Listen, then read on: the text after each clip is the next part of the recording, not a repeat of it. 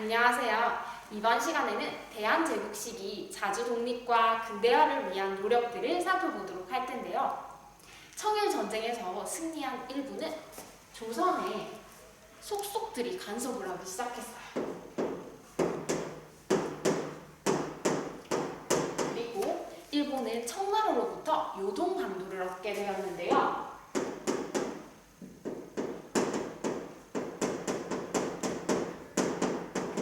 이러한 일본을 견제한 러시아는 독일과 프랑스를 끌어들여서 일본에게 요동반도를 청나라에 돌려주라고 압박을 넣었어요. 그러자 일본은 이 요동반도를 청나라에 돌려주게 돼요. 이것을 지켜본 고종의 부인 명성황후는 러시아를 끌어들여서 일본의 간섭에서 벗어나야겠다라고 생각했어요. 그러자 일본의 영향력이 줄어들게 돼요. 그런데 일본은 이렇게 일본의 영향력이 줄어든 것이 명성황후 때문이다라고 생각해서 끔찍한 일을 벌이게 돼요. 바로 1895년 을미년에 고종의 부인인 명성황후를 죽이는 끔찍한 일을 벌이는데요. 이 사건이 바로 을미년에 일어난 변고라고 해서 을미사변이에요. 일본 자객 수십 명을 보내서 이 경복궁을 습격해서 이 명성황후를 죽이는 일을 벌였어요. 이렇게 을미사변이 일어나고 일본은 여러 가지 개혁들을 실시했어요. 이 개혁이 바로 을미개혁인데요. 을미개혁의 내용들을 살펴보면 양력을 사용하고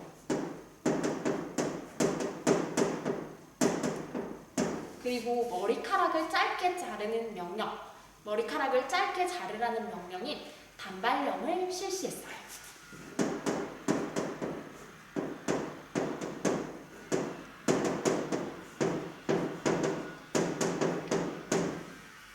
당시 조선은 머리카락은 부모님께서 물려주신 소중한 것이라고 여겨서 함부로 자르지 않았어요. 이렇게 남자들도 머리를 길게 해서 성투를 들었어요. 그런데 이렇게 머리카락을 자르라고 하자 많은 사람들이 반발했겠죠. 그래서 이 유생들, 양반들을 중심으로 의병이 일어났어요. 바로 이 명성황후를 죽인 이 사건, 을미사변과 머리카락을 짧게 자르라고 한 명령, 이 단발령의 원인이 되어 의병이 일어났는데요. 이 의병이 바로 을미의병이에요.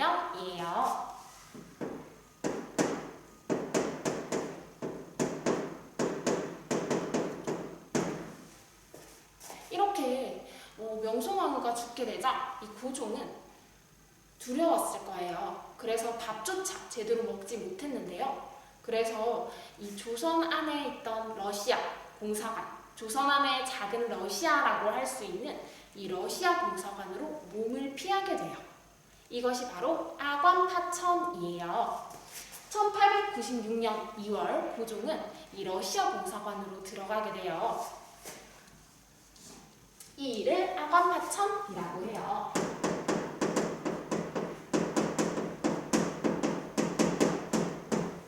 한 나라를 다스려야 할 왕인 고종. 고종은 이 러시아 공사관으로 몸을 피하게 되자 우리나라의 이권들이 다른 나라들에게 싼 값에 팔려나갔어요. 금을 캐서 얻는 이익인 금강 채굴권, 그리고 철도를 놓아서 얻는 이익인 철도 부설권, 나무를 베어서 얻는 이익인 산림 채벌권, 이렇게 우리나라의 자주권이 크게 위협받게 되자 갑신정변을 일으켰던 서재필은 다시 들어와서 이 정부의 지원을 받고 독립신문을 만들어서 나라 안팎의 상황을 백성들에게 알리고 자주 독립 의지를 백성들에게 돋웠어요. 신문을 통해서 자주 독립 의지를 강화시켰어요.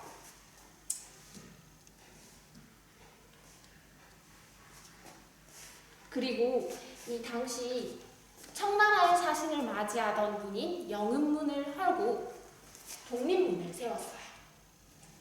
독립을 바라는 마음을 담아 이렇게 독립문을 세웠는데요.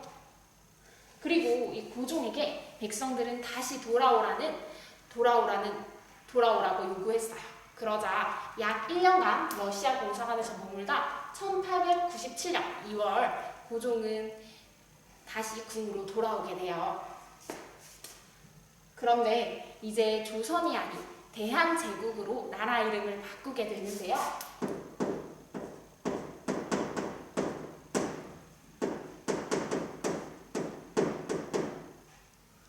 1897년 10월 고종은 황제 즉위식을 치르고 대한제국을 선포했어요. 이제 더 이상 다른 나라에서 간섭에서 벗어난 자주 독립국임을 보여주려 한 거예요. 그리고 개혁을 실시했어요. 이 개혁이 바로 광무개혁이에요.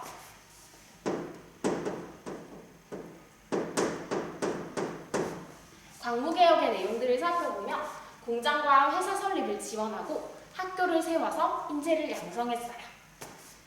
이제 조선에서 대한제국으로 나라 이름을 바꾸고 자주 독립국임을 선포한 대한제국. 이 대한제국의 앞날은 어떨까요? 다음 시간에 함께 살펴보도록 해요. 그럼 안녕!